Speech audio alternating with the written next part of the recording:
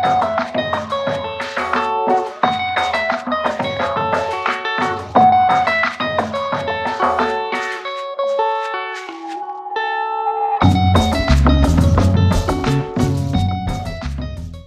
डोक्यात आता?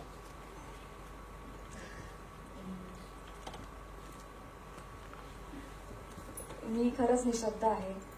सर्वात आधी तर थँक्यू सो मच, तुम्ही सर्व इथे आलात. आणि thank you so much Shekhar sir, Sanjay sir, मला तुम्ही चान्स दिलात ह्या फिल्मसाठी. आणि खरंच खूप आनंद होतो आहे ट्रेलर आलाय, कारण ही जी प्रोसेस होती अखंड बराच काळ गेला आणि खूप सारे प्रॉब्लेम्स पण आले, मध्ये थांबलं, मग परत चालू झालं. आणि आता फायनली काही दिवसांमध्ये रिलीज होत आहे आणि आज त्याचा ट्रेलर लॉन्च झालाय, तर खूपच आनंद होतो. मी थरथरती. नाही, पण इथे जसं वाक्य आपण वाचतोय आणि जे ट्रेलरमध्ये होतं की तुझ्यासारखी नको तूच पाहिजे, तर ह्यांना कधी कळलं की तूच पाहिजे या चित्रपटासाठी? मला हा किस्सा खरंच सांगायला आवडेल. मला जेव्हा याच्या ऑडिशनसाठी बोलवलं होतं तेव्हा मला वाटलं होतं की मी कुठल्या तरी एका रँडम कॅरेक्टरच्या ऑडिशनसाठी बोलवलंय. मग मी गेले आणि तिथं गेल्यानंतर ह्या दोघांचे चेहरे बघितले मी. मला वाटलं काय होत नाही बाबा, आपलं जाऊ घरी, जाऊ आपण घरी. आणि त्यानंतर काही दिवसांनी कॉल आला की तुमची निवड झाली आहे आणि हिरोईनची निवड झाली आहे. तर तो क्षण माझ्यासाठी खरंच खूप महत्वाचा होता. मी तो असा हे खूप त्याला असं छान कुरवाळलं त्या क्षणाला की झाले, फायनली माझी निवड ॲज अ लीड ॲक्ट्रेस म्हणून झाली. कारण आपण बरेच जण, सगळेच जण स्वप्न बघतात की आपण यावं, म्हणजे पडद्यावरती यावं आणि ॲज अ हिरोईन यावं. तर खूप आनंद होतो या गोष्टीचा आणि खरंच खूप खूप मनापासून धन्यवाद. पण मला पण हा प्रश्न विचारायचा आहे की खरंच तुझ्यासारखी नको तूच पाहिजे, ही निवड तुम्ही कशी काय केली, माझी कशावरनं केली? हो, आणि मला हेही विचारायचं की त्यावेळी नेमका तुम्ही असा चेहरा काय केला होता की तिला एवढी शंका आली की आपलं काही होत नाही ते? हा, म्हणजे please Shekhar sir, Sanjay sir, तू. हो, हा म्हणजे खरंच तुमच्या लीड ऍक्ट्रेसचा प्रश्न आहे तुमच्यासाठी. तिचं ऑडिशन जे आम्ही केलं होतं तर ते आम्हाला आवडलं नव्हतं. आणि ज्या प्रकारचा चेहरा किंवा डोळे ज्या प्रकारचे पाहिजे होते तर ते हिचे करेक्ट होते. आणि मग ऑडिशन बघितल्यानंतर त्या रिॲक्शन तिनं आमच्या बघितल्या होत्या. आणि पण आमचं ठरलं होतं की ही आपल्याला जशी पाहिजे, जे डोळे पाहिजे, जशा प्रकारचा चेहरा पाहिजे तो आहे. आणि फक्त तिची तयारी असली पाहिजे वेळ द्यायची, तर ते आपण करून घेऊ. आणि मग तिला ते सांगितलं, म्हणजे आमच्याकडून तर ओके झालं, फक्त तिच्या चेहरा आणि डोळ्यांवरनं. बाकी मग वर्कशॉप आणि हे सगळं होऊन आणि मग फायनली फायनली दिसलेली आहेस. सो एकदा जोरदार टाळ्या तुझ्यासाठी हिच्यासाठी वाजूया आणि तुझं खूप खूप अभिनंदन, कारण असे मोमेंट्स खूप महत्वाचे असतात आय थिंक. आणि दिलेल्या संधीचं सोनं करणं सुद्धा तितकंच महत्वाचं आहे, त्यामुळे तू नक्कीच केलं असेल याबद्दल मला पूर्ण विश्वास आहे. संभाजी, तुमच्याकडे यायचंय की हिला तर ऑडिशनमध्ये अशी शाश्वती नव्हती की हिचं सिलेक्शन झालं की नाही. तुम्हाला तरी होते का की ह्यांचे चेहरे बेटर होते का तुमच्या ऑडिशनला? नक्की काय घडलेलं? खरं सांगू, तुम्ही त्यांची परमिशन घ्या का मी जाणार आहे? मला आउटराईट रिजेक्ट केलं होतं. मला भेटायला बोलवलं होतं आणि रिजेक्ट केलं होतं. त्याआधी सगळ्यांचे आभार की तुम्ही इथे आलात, सगळ्या मीडियाकर्मींचे. आणि नागराज सर, तुमचे, यू आर माय हिरो, आमच्या सगळ्यांचे हिरो आहात तुम्ही. एवढ्या लांबून आलात, थँक्स अ लॉट. बऱ्याच गोष्टी आहेत या प्रोसेसच्या. बावीस सर, थँक्स अ लॉट. झीचा मी खूप आभारी आहे की एवढा मोठा मंच दिला. संजयजींचा की त्यांनी हा सिनेमा घडवून आणला, आणि शेखरचा की या पद्धतीच्या गोष्टीमध्ये, कारण मी क्राऊड रोल करायचो पूर्वी, मुंबईत पूर्वी आलेलो त्यावेळी मी क्राऊड रोल करायचो. आणि मग फिल्म सिटीमध्ये बोलवायचे आणि म्हणायचे की इथे थांब. मला वाटायचं की एखादं वाक्य येईल, पण ते काही येत नसेल. आणि मग नंतर कॅरेक्टर रोल्स करत गेलो, मग थिएटर वगैरे वगैरे. जेव्हा मला बोलवलं गेलं, याआधी मी एक वेब सिरीज केली होती बेरोजगार म्हणून, आणि मला बोलवलं गेलं होतं, संजयजींकडनं कॉल आलेला, आणि शेखरची माझी आणि त्यांची भेट झाली. पहिल्यांदा भेटलो होतो अंधेरीला. आणि ते म्हणाले, शेखर मला म्हणाला की मला वाटलं की आता ऑडिशन असेल किंवा पुढची चर्चा. I was very excited. नाही नाही तू नाही आहेस तो जो आम्ही बघतोय तो. अरे मी म्हणालो मला बोलवलंय. मी नटून थटून आलोय, चांगले कापड घातले की माझ्याकडे असतं जे मी इस्त्री करून ठेवलेलं असतं दिग्दर्शकांना भेटण्यासाठी वगैरे. तर तो म्हणाला नाही. तो दिवस मला अजून आठवतोय. आणि झोप मग लागली नसेल ना रात्री. I felt sad. पण मी त्याला म्हणालो कारण की दिग्दर्शकाचा एक पीओव्ही असतो, त्याला समज असते की का निवडायचं. त्याने मला आउटराईट सांगितलं होतं की मला नाही वाटत की तू राईट आहेस या रोलसाठी. I fail bad. पण मी त्याला म्हणालो की चल एवढी क्लॅरिटी आहे तर मला तुझ्याबरोबर पुढच्या वेळी काम करायची संधी दे, मला आवडेल ऑडिशन द्यायला. पण त्यानंतर 2-3 आठवड्याच्या ज्या प्रोसेस नंतर संजयजींनी आणि शेखरनी जो विश्वास दाखवलाय माझ्यावरती त्या प्रोसेस नंतर, आणि मग फायनली मला कॉल आलेला की यू आर इन. आणि मी एवढा खुश झालो होतो. आणि मग रिडिंग झाली तर परत भावेशजी फक्त तुम्हीच त्याला बघितला नाहीये की without having papers in his hand. आमच्याही हातात स्क्रिप्ट नव्हती बरं का. आम्हाला आजपर्यंत स्क्रिप्ट मिळाली नाही या सिनेमाची. एक सेकंड, सिनेमा झाला आणि स्क्रिप्ट नाहीये. नाहीये आम्हाला. स्क्रिप्ट लिहिलेली आहे, यांना नाही लिहिलेली. यांना नाही दिली. तर 23 दिवस आम्ही नुसतं ऐकत होतो. त्या लोकेशन्स वरती जात होतो, तिथे रिहर्सल करत होतो, परत यायचो. आम्ही म्हणायचो दे ना थोडीशी वाचायला. कारण ती भाषा वेगळी होती, मानदेशी होती. आणि माझे जे सहकलाकार आहेत, विशाल असेल, अभिजित असेल, आणि आमचे चीफ एडी विक्रम शिरतोडे आणि सगळी टीम हे तिकडची भाषा बोलू शकत होते, मानदेशी. शेखरही ते ऐकून आम्हाला एवढं आम्हाला स्क्रिप्टची गरज नाही पडली 23 दिवसानंतर. आजपर्यंत स्क्रिप्ट नाही आमच्या हातात. हे पहिला एक्सपिरियन्स असा होता की जिथे स्क्रिप्टच नाही मिळाली. आपण म्हणतो आपल्याकडे मौखिक परंपरा आहे की मला वाटतं या चित्रपटात पूर्ण त्याचा उपयोग झालेला आहे.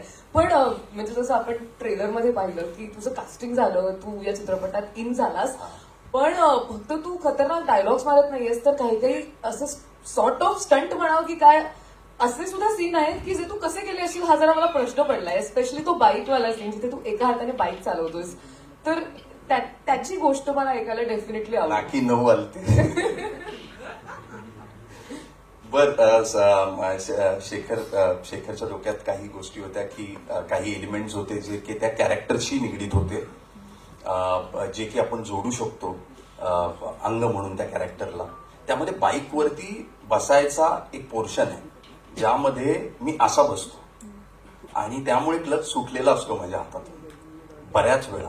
आणि आम्ही जे शूट करत होतो तिथे मोस्टली रस्ते थोडे ओबडधोबड होते आणि बऱ्याच वेळा कॅमेरा खूप जवळ असायचा. तर तो स्टंटचाच भाग होता. बऱ्याच वेळा तो इतका असा पोर्शन जवळ आलेला की माझ्यामध्ये संजयजींना पण ती मजा होती. काही गोष्टी केल्या आम्ही ट्राय, आणि thanks to both of them की त्यांनी ती रिस्क घेतली आणि तो विश्वास दाखवला माझ्यात. त्यामुळे मी हे करू शकलो. माझ्या सहकलाकारांना थँक्स अ लॉट. यांनी खूप कष्ट घेतले.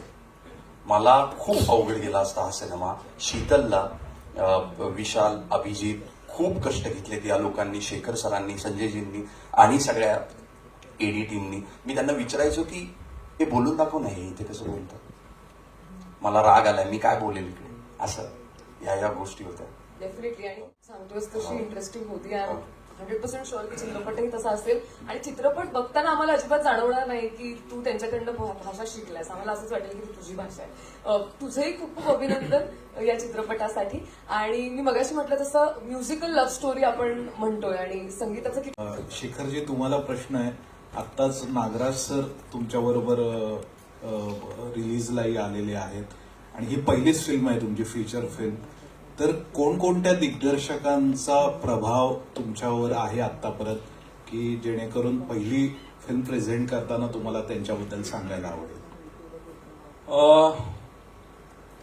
सुरुवातीच्या काळात गावाला आम्ही रस्त्याच्या मध्ये पडद्यावर बसून, म्हणजे शेवटची एसटी 9:30ची गेली की पडदा मारला जायचा आणि त्या साईडला बायका, या साईडला सगळे पुरुष, असं बसून आम्ही फिल्म्स बघितलेल्या आहेत.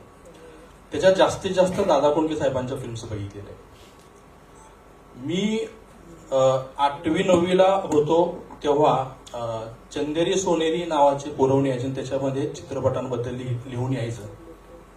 आणि त्याच्यामध्ये दादा कोंडके साहेबांबद्दल किंवा राज कपूर साहेबांबद्दल मी वाचलं होतं की दादा कोंडके साहेबांची 7वी झाली आणि मग त्यांनी कसं सिनेमामध्ये ते आले. अगोदर वगनाट्य करत होते. आमच्या गावाला जरा तमाशाची चांगली परंपरा, मोठी परंपरा आहे. आणि मग तमाशा म्हणा किंवा ह्या सगळ्या गोष्टी बघून मी ते आमच्या माळीत म्हणजे घरात येऊन ते सगळं करायचो. त्यामुळे दादा कोंडके साहेब, राज कपूर साहेब ज्यांच्यामुळे मला वाटलं की आपण सिनेमा करू शकतो. आणि मी गाव सोडून 12वी नंतर डायरेक्ट इथं आलो. इथं आल्यानंतर मला विशांतराम बापूंचे सिनेमे मला माझ्या जवळचे वाटले. गुरुदत्त साहेबांचा प्यासा किंवा मार्टिन स्कॉर्सेसी सरांच्या फिल्म्स. आणि मग त्याच्यानंतर अण्णा तर आमचे मोरक्याच आहेत, त्यामुळे अण्णाचं तर आहेच. रवी जाधव सरांच्या फिल्म्स. तर हे सगळी दिग्दर्शक आहेत जे मला माझ्या जवळचे किंवा मला असं वाटतं माझ्यासारखं काहीतरी आहे किंवा मला आवडतात. Thank you sir. नमस्कार, मी गणेश आचवल, स्वामी कृपा क्रिएशन्स. प्रश्न विचारण्यापूर्वी मी एक शुभेच्छा देतोय. मला आत्ता ज्ञानेश्वरी, तू पण आरजे आहेस, मी पण आरजे आहे, मला सुचलं आता. तर झी स्टुडिओजला मला शुभेच्छा द्यायच्या आहेत. अगग सुनबाई काय म्हणता सासूबाई, अगग सुनबाई काय म्हणता सासूबाई, या प्रश्नाला तुम्ही दिलत रुबाबात उत्तर. अगग सुनबाई काय म्हणता सासूबाई, या प्रश्नाला तुम्ही दिलं रुबाबात उत्तर. आता थांबायचं नाही, पुढे जात राहायचं. नागराज सरांचा आशीर्वाद घेऊन सैराटप्रमाणे लोकप्रियतेवर, लोकमान्यतेवर आणि राजमान्यतेवर स्वार व्हायचं, राजमान्यतेवर स्वार व्हायचं. आता प्रश्न माझा चिनार आणि महेशपैकी महेश नाही. मुळात संगीत हा चित्रपटाचा आत्मा असतो, कथा असते, संवाद असतात. आणि आता तुम्ही प्रोसेस सांगितली, पण मला जेव्हा संगीत निर्माण होत असतं, शब्द सुचत असतात, म्युझिक, ते जे जॅमिंग सेशन असतं ना, त्या आठवणी ऐकायला आवडतील. खूप जॅमिंग सेशन झाले आमचे. म्हणजे मी तुम्हाला सांगतो की ही फिल्मची अख्खी प्रोसेस आम्हाला खूप टाइमपासची आठवण करून देते. एवढे जॅमिंग सेशन्स आमचे झाले की संजयजी यायचे, बसायचे, शेखर सर यायचे आणि पूर्ण दिवस आम्ही सकाळी 10-11 वाजता रात्री 10 पर्यंत बसायचो. काहीच सुचायचं नाही. कधी कधी काहीतरी सुचायचं, मग ह्याच्यावर काहीतरी लिहूया का, मग गीतकाराला बोलवून किंवा लाईन्स आता कसं तरी, किंवा रुबाब टायटलचे जी हुकलाईन जी तुम्ही ऐकाल जेव्हा रिलीज होईल, ती शेखर सरांनी दिलेली हुकलाईन आहे. तर ती त्यांच्या डोक्यात आलं होतं आणि त्याच्यावरनं ते गाणं डिझाईन झालं. प्रत्येक गाणं असं डिझाईन झालं. आणि मला पर्सनली आम्हाला दोघांना आवडलेली गोष्ट अशी होती की त्यांनी खूप आम्हाला फ्रीडम दिलं. की काही प्री नोशन नव्हतं की आम्हाला असं गाणं पाहिजे, असं गाणं. युजली असं असतं की रेफरन्सेस आपण काहीतरी असतात की अशा टाईपचं करत, त्यांचं बिलकुल नव्हतं. शेखरजी, संजयजींचं होतं की नाही, हे स्लेट एम्प्टी आहे, ती कोरी आहे, तुम्ही त्याच्यावर काहीतरी करा आणि आम्हाला ते कसं वाटतंय ते आपण बघूया. आणि म्हणजे खूप झाले आमचे सेशन.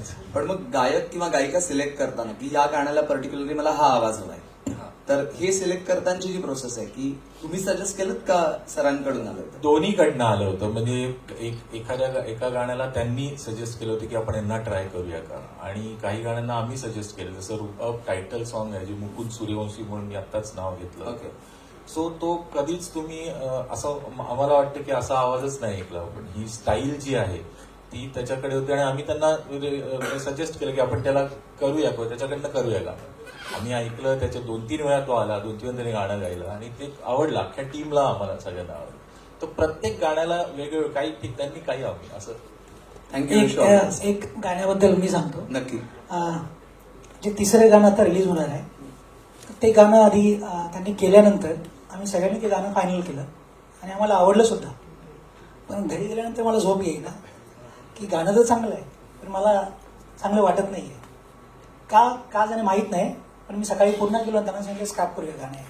अरे पण काय झालं, आता इतकी मेहनत केली आणि गाणं सगळं आपण रेकॉर्ड केलं, सगळं झालंय, सगळं चांगलं आहे, आता का नाही म्हणतात. म्हटलं नाही आवडत हे गाणं. आणि मला असं झालं होतं की आता हे म्हणतील की आम्ही सोडतो फिल्मच.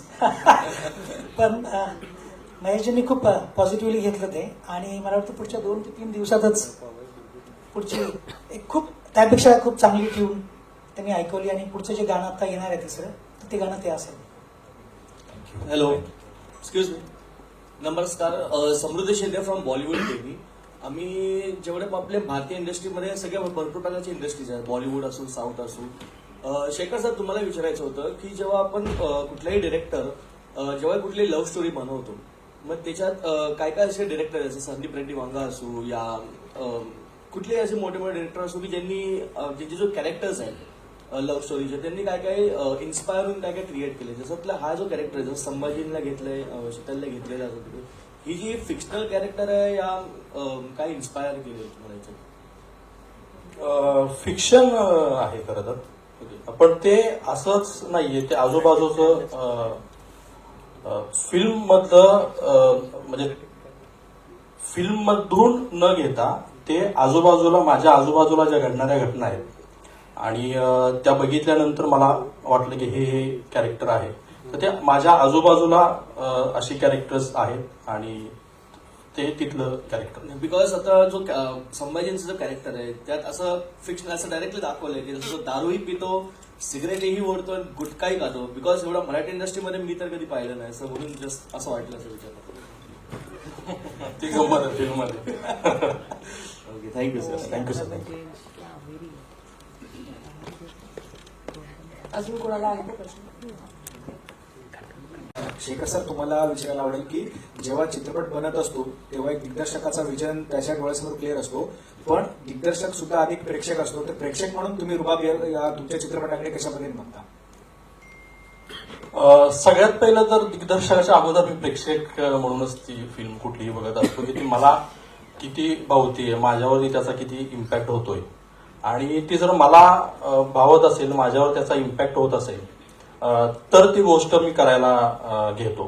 कुठली म्हणजे याच्या अगोदर मी शॉर्ट फिल्म्स पण केल्या, त्याही माझ्या आजूबाजूच्या माझ्या बघण्यातल्या गोष्टी होत्या. मला ज्या गोष्टींचं चांगलं वाटलं किंवा मला ज्या गोष्टी वाईट वाटल्या किंवा मला जे काही कळालं तर ते मला वाटलं की लोकांना सांगितलं पाहिजे. तर अशाच गोष्टी मी केलेल्या आहेत आणि रुबाबच्या बाबतीत पण तेच आहे. Thank you. Thank you sir. Hi, hello, नमस्कार. माझं नाव मिताली मोरे. चंदेरी च्विंगम माझं चॅनल आहे. माझा प्रश्न आधी तर खूप खूप अभिनंदन रुबाबसाठी, संपूर्ण टीमला. माझा प्रश्न शेखर सरांसाठी आहे. ही जी आजच्या जनरेशनची लव्ह स्टोरी तुम्ही घेऊन आलात, फिअरलेस लव्ह स्टोरी आहे, सो त्यामध्ये सगळ्यात मोठं चॅलेंज काय होतं तुमच्यासाठी? कास्टिंग खरं तर मोठं चॅलेंज होतं. एकतर ती भाषा, ज्या मानदेशी भाषा आपण म्हणतो त्या तिकडची भाषा येणं आणि ती भाषा बोलणारी सगळी पात्र एकसारखी टोन असली पाहिजे सगळ्यांची, आणि म्हणूनच मग ते स्क्रिप्ट न देणं याचं कारण हे होतं की मग त्याच्यात टोन कसे आणणार ना स्क्रिप्टमध्ये, मग ते ऐकण्यातनं जास्तीत जास्त गोष्टी चांगल्या प्रकारे आपल्याला कळतात असं मला वाटतं. म्हणजे आजीनं, आजोबानं किंवा कोणी पण सांगितलेल्या गोष्टी आपल्याला जास्त चांगल्या लक्षात राहतात किंवा व्हिज्युअलाइज होतात, आणि म्हणून मग ह्या सगळ्यांना ती स्क्रिप्ट दिली नव्हती. आणि ह्या सगळ्या जेवढे पण ऍक्टर आहेत, जेवढे छोटा ऍक्टर असेल तर त्याला पण सगळ्यांना तो सीन पाठ आहे, आणि तो त्यासाठीच होता की ती टोन जी आहे ती सगळ्यांची एक वाटावी, आणि ते सगळ्यात मोठं खरं तर चॅलेंज होतं. आणि त्याच्या अगोदर निर्माता शोध नाही एक मोठंच होतं म्हणजे ऑल्सो सर, हे तुझ्यासारखी नको तूच पाहिजे, ह्या मागचा एखादा किस्सा आणि कुठून सुचला आणि हे कसं आलं? म्हणजे ही एक खूप कॉमन लाईन आहे, आपण ऐकतो हे बोलताना, पण त्याला तर तुम्ही एवढं मोठं बनवलंय आणि इट्स अ टॅगलाईन तुमच्या चित्रपटाची, सो ते कुठून आलं, त्यामागचा किस्सा? हे परत तेच आहे, आपल्या आजूबाजूला आहे, आपण रोजच बघतो, प्रत्येकाला असं वाटतं की आपल्या सोबत आहे तीच पाहिजे, दुसरी नको, आणि किंवा तिलाही तेच वाटत असतं की तोच हवा, असं नाही की फक्त मुलांनाच वाटतं. आणि हे सगळ्यांच्या जवळचं आहे, म्हणून फिल्मची टॅगलाईन पण खाली की एकाची नाही अख्ख्या जगाची लव्ह स्टोरी आहे, ही टॅगलाईन आहे त्याची फिल्मची. तर ते आपल्या सगळ्यांचं आहे. Thank you sir. थँक्यू.